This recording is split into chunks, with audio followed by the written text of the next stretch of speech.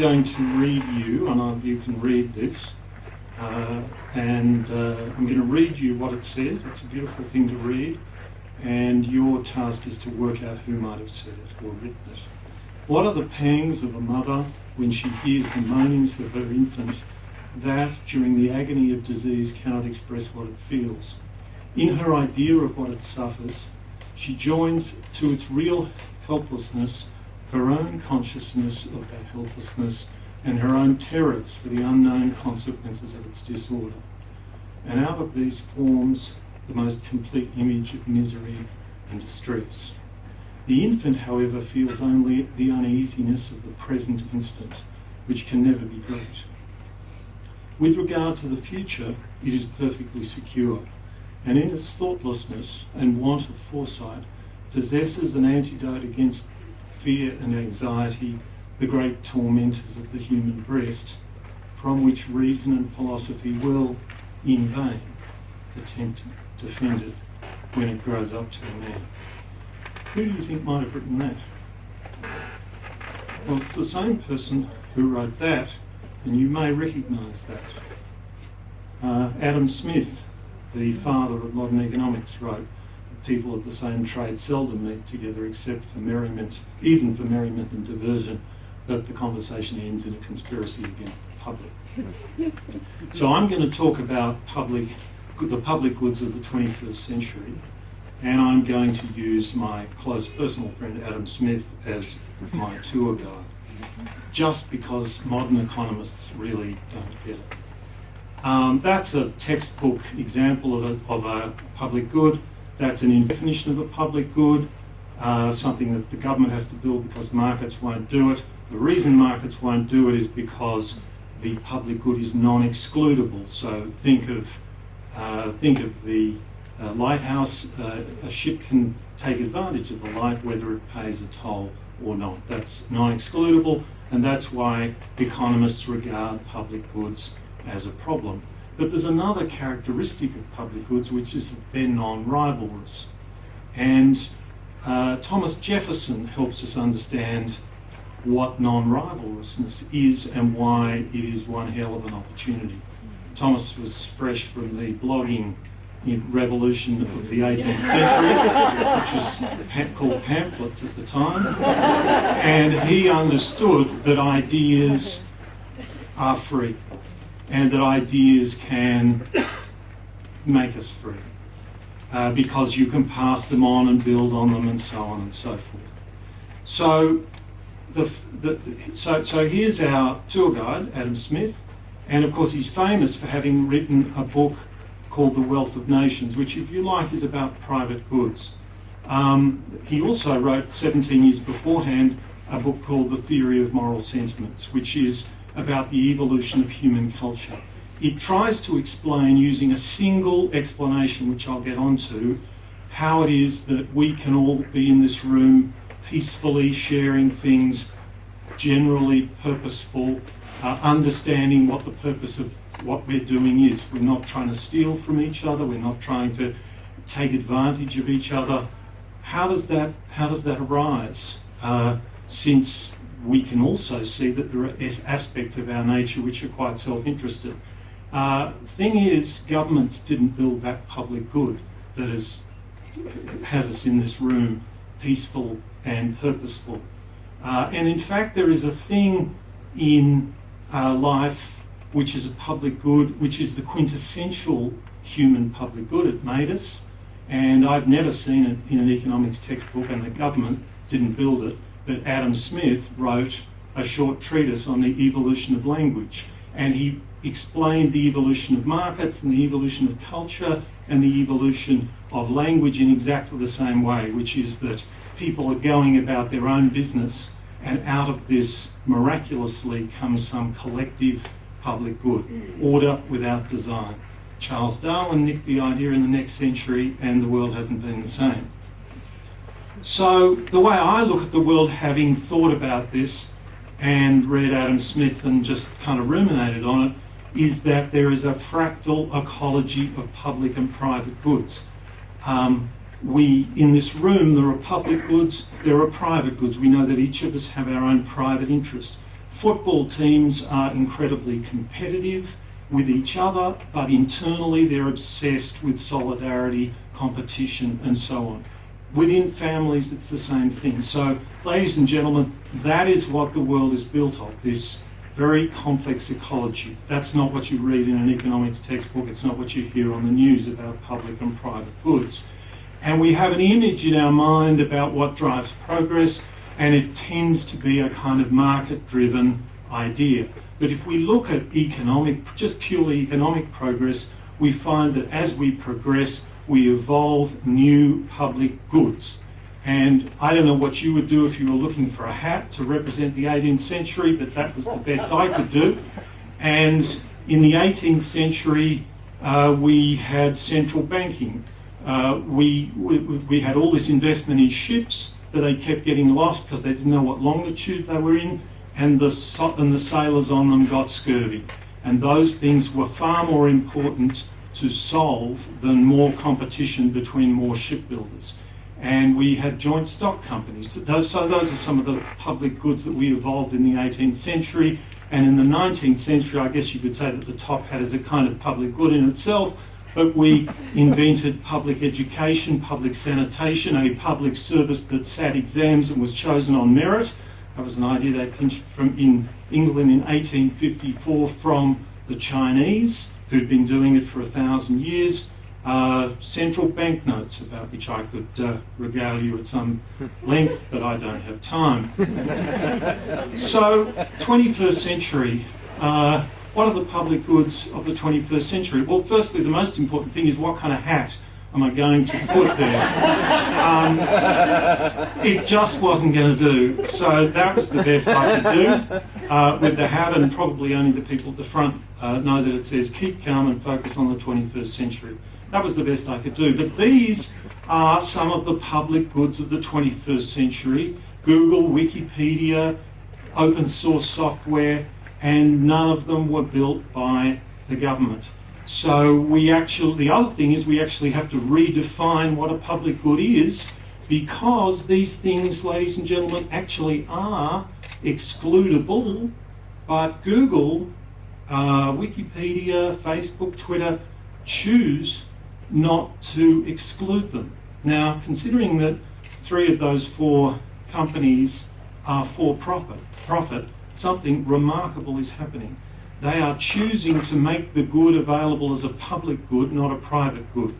On the back of my envelope, Google generates about $1 trillion of economic value each year. And its calculation is that if it can get some lousy 6% of that value, it's going to make $60 billion a year in revenue. Nice work if you can get it, and a lot nicer work than it could get by charging subscriptions and providing the thing as a private good. So the free rider opportunity, you've never heard that expression because we all spend our time worrying about the free rider problem, which also exists. The free rider opportunity has gone berserk ever since, just progressively since Thomas Jefferson started talking about it, and we've changed our definition of public goods to public goods that are non-rivalrous and non-excluded, whether they're excludable or not. So my landscape of public goods has traditional public goods on this side, and on this side, emergent public goods. Language, here is an extraordinary thing, open source software, the language instinct rendered into executive code, and if that doesn't get the hair on the back of your neck standing up, well, fair enough. And then all these other goods which we populate and turn into public goods once someone has built a platform and shown the business skill to get us along. So if you think about this, these are public goods that built themselves, and there must be a really big space, which I've just made room for on those slides, where there are digital public goods to be had, but they can't sort of spring themselves into existence via philanthropy like Wikipedia, or via advertising and for-profit like Google, Twitter and Facebook. what do they look like, and are there any killer things that, is this a sort of a nice little game I'm playing, or is it a big opportunity? Well, I spent a good while looking for this killer app in this space, and then I was in San Francisco in 2012.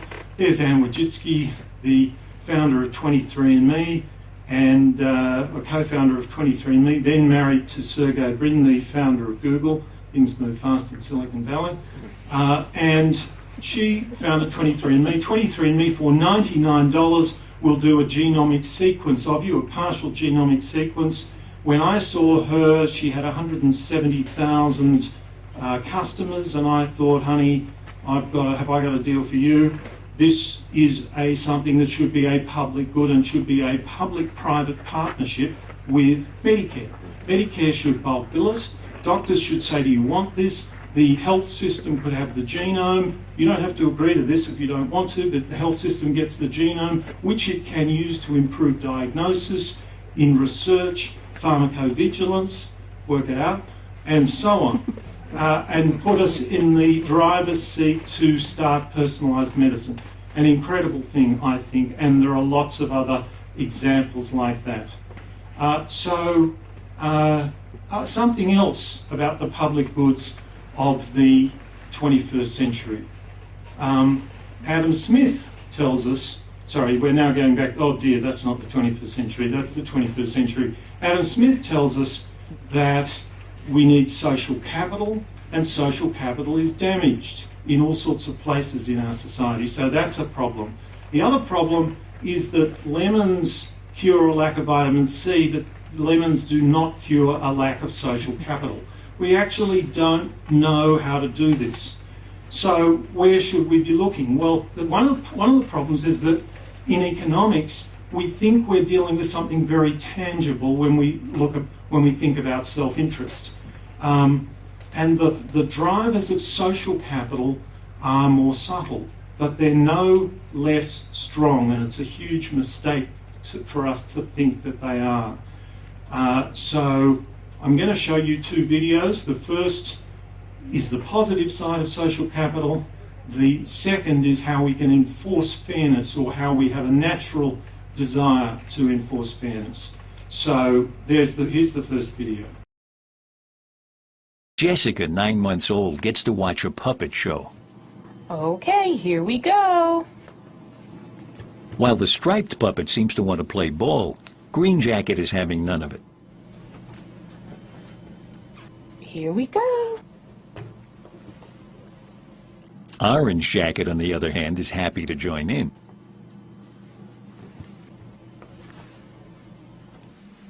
See? Hi. Who do you like?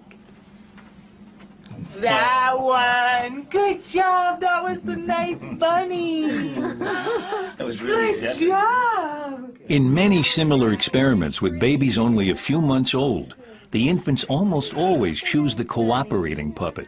One thing that's clearly true of the human species is that we're a profoundly cooperative social species, where cooperation is necessary to survival, and where mutual cooperation is required, and the ability to detect mutual cooperators and also to detect those who are not cooperating. And speaking of not cooperating, here is an experiment with two monkeys and fairness. There's the monkey who gets cucumber. The one on the right is the one who gets grapes. The one who gets cucumber, note that the first piece of cucumber is perfectly fine. The first piece she eats. Then she sees the other one getting grape, and you will see what happens. So she gives a rock to us, that's the task. And we give her a piece of cucumber and she eats it. The other one needs to give a rock to us. And that's what she does. And she gets a grape. And she eats it. The other one sees that. She gives a rock to us now, gets again cucumber.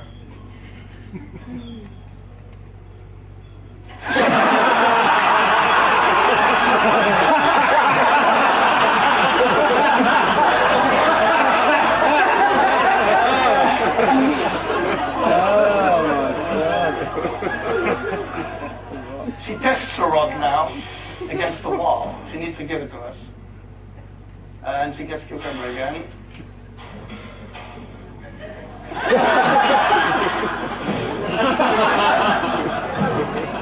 So you can see there is not, it's not the case that there isn't a strong drivers behind social capital. So here is our friend, our tour guide Adam Smith again, and he's telling us that people of the same trade never seldom meet except that a conspiracy turns against the public. Let me tell you how I now understand that, which is that professions, any profession tends to have the same problem. And I'm not just talking about lawyers and specialists driving their fees up. I'm talking about professions that are built on helping people. Professions like social work. Here is Mystique. This is a contemporary story. She was taken from her parents who weren't looking after her at the age of 3, and at the age of 18 was simply thrown out, given a book and a few things, and not only got thrown out of institutional care, but told not to contact any of the people she had learnt to grow, to love, her friends, because she was now a risk to the system. So systems have a way of their logic tyrannising the people that they're actually supposed to be helping. I did a Google search of putting people at the centre of everything we do, and there are 2,000 hits on that exact expression. Everybody says this, but in fact doing it is very difficult. And at the Australian Centre for Social Innovation, we have tried to do this. And one of the most important disciplines is the discipline represented here. Does anyone know what discipline this person comes from? I suspect some people in this audience will. He's a designer, and he's checking out what happens when you go to a hospital. And what do you think he sees when he plays the tape back to himself? Well, this is what he sees. Who knew? Sorry, that shouldn't be there. So we have. So the way I encountered design as an economist, and I thought, okay, so what design is it's a kind of counter narrative. It's a discipline of being cross-disciplinary. But the thing I want to focus on is it's a discipline based on the idea that making the journey to the other is actually worthy of a discipline all of itself, that it's a hard thing to do. And indeed, I want to quote Adam Smith again, because you will be familiar with this quote as a quote which embodies self-interest. And Smith's point is exactly the opposite, that in a well-functioning market, it isn't in your interest to focus on your interest, because the butcher, the baker and the brewer don't care about you. You have to address yourself. You have to figure out what they want in order for them to give you what you want. And so that's Smith's approach to a market. And here is a list of things that was of characteristics of design, and this is design. This really struck me, that the key thing about design, the engine behind design, is empathy. And sure enough, when Adam Smith was writing his 2 books, he was writing according to the Newtonian method. A great fan of Isaac Newton. The theory of gravity connects up the whole world from a single proposition, and the theory of the Wealth of Nations tries to do that with the single principle of human beings' tendency to truck, barter and exchange. And guess what builds sympathy? Guess what builds this culture? Sympathy. And by sympathy, he didn't actually mean sort of lovey-doveyness. He meant the fact that we cannot know anything about another unless and until we imagine ourselves in their position. And that's how social knowledge works. So at Taxi, we have tried to use disciplines of business, design and co-design, and social science to build social programs. we frame assumptions, we in the office and out of the office we test them, and it goes on and on and on. We build a program called Family by Family. Family by Family links one family to another, but it does much more. But it isn't just a nice idea that we had. It's an idea that we worked over with families for months and months and months. We prototyped certain things. We asked them whether this worked, whether that worked. It's what I call the social scientist, not as obstetrician, but as midwife, if you like. Someone who's trying to bring out knowledge which is already there, trying to make that journey to the other.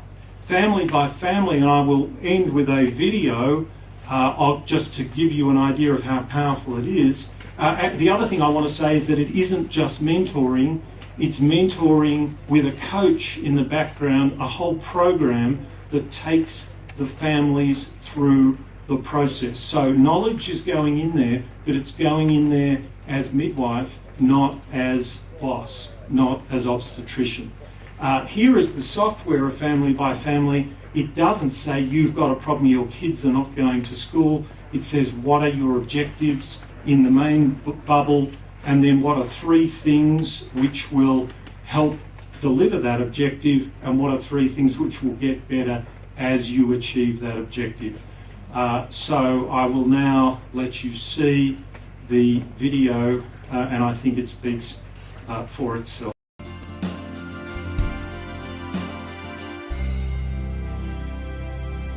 Family by Family is one of the most inspiring approaches to assisting very vulnerable families, families going through a tough time, that I've come across in 4 decades. Lots of people are in that bit where they're trying to get through it and they can't get out the other side, so you can kind of go, you know what, I did this, I've been here, I've done that. I can actually get out. I can help you get out the other side. It can be done. It's not a completely hopeless situation. And I think that's mostly what sharing families have to offer, I think, is just themselves and their stories and their life. Linda and her family, they were going through a really hard time. They were at risk of having their family separated by having the children removed from the home. 27 notifications in the last 3 years before this year. What we saw was a very sad, depressed family. There was a lot of confusion happening. They wanted to take the kids till they were 18. I went through court for 3 months. How can we help with this? Because we're just as dysfunctional as the next family. But then we realised that we'd actually learnt a lot of things that that we could really help Linda with. Rochelle and David have just coaxed me along, and fantastic to go through court, having the support behind me and not losing my kids. I'm looking at a happier future with my kids. I'm Sue. I'm a seeking family. I'm a single parent with 4 children. My 9-year-old son has some special needs. He was too young for it to be labelled, so it got labelled as developmental delays, which is an umbrella thing. Yeah. Since then, I've been knocking on doors and you know, screaming and crying and whatever for help. We have guest speakers giving us training, for example, from Autism SA. That was particularly significant with Sue because I was able to pass on that information.